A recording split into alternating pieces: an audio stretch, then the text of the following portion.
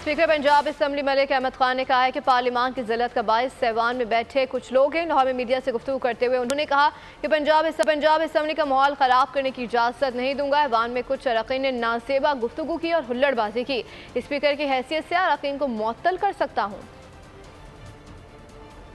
पासदारी एक इंतहाई लाजमी अमर है। जो पहले हुल्लड़बाजी नारों की हद तक होती थी, जो पहले सिर्फ शोर शराबे की हद तक होती थी, अब नंगी गलीज माँ बहन की गालियों तक पहुंच गई। ये सबको पता होना चाहिए कि इस हाउस का ऑर्डरली कंडक्ट मेंटेन करना भी मेरे फराइज़े मनसबी में शामिल है और मैं इस ऑर्डरली कंडक्ट को बाहर सूरत मेंटेन करवाऊंगा। That is clearly said. क्या ये इजाजत दे दी जाए कि पूरी पार्लियामेंट को, पूरी असेंबली की प्रोसीडिंग को होस्टेज कर लें, किसी एक वहां पर आप कोई और आवाज ही ना सुन सकें सिवाय उन बेहुदा नारों के? जब आपका दिल करे आप किताबें उखाड़ें, उनको फाड़ें और फाड़ कर आप उनको फेंकना शुरू कर दें उन लोगों की तरफ। ये कोई जलसा नहीं है, ये कोई कंटेनर नहीं है। This is house and I am the speaker of this house. I will maintain the order. Mind it. मैं आज एक नई कमेटी ऑन एथिक्स कॉन्स्टिट्यूट करने जा रहा हूँ। मैं उसका ऐलान करने वो एसरटेन करेगी आज तक के 110 दिन की प्रोसीडिंग को लेकर किस किस रुकन ने किस रुकन को माँ बहन की नंगी गालियां दी।